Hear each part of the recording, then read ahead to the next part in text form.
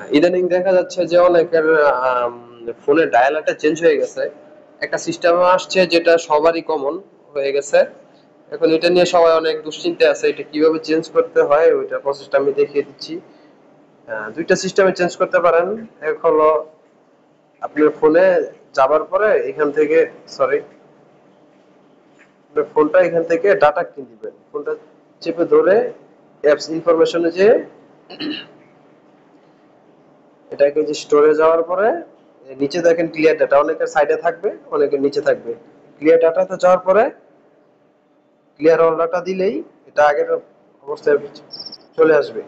অথবা আরেকটা সিস্টেম করতে পারেন, যেহেতু এটা আপডেট চেয়েছে গুগল থেকে, ওটা আপডেটের কথা বলতেছে, এর জন্য আপডেট থাকলে ভালো হবে। এটা আপডেট ক্যান্সেল হয়ে যেয়ে আগের সিস্টেমে চলে আসে এখন যে প্রসেসটা দেখালাম। আর যদি আপডেট দিয়ে প্রসেসটাকে নিতে চান তাহলে গুগলে যাওয়ার পরে, প্লে স্টোরে যাওয়ার পরে এখানে সার্চ করবেন যে গুগল প্লে,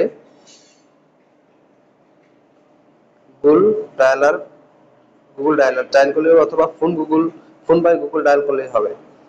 তো যাওয়ার পরে এই যে ইন্টারফেসটা দেখতে পাচ্ছেন, এটা এখানে দেখা আছে আমার, দেখেন আনইনস্টল আর ওপেন, ঠিক আছে। আর আপনার যখন সমস্যা থাকবে তখন এখানে দেখাবে হলো যে আপডেট আর আনইনস্টল, ঠিক আছে।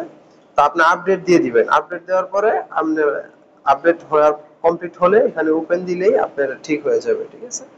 আপডেট দিয়ে দিবেন, কারণ আপডেট থাকা ভালো আছে। ধন্যবাদ সকলকে, ভালো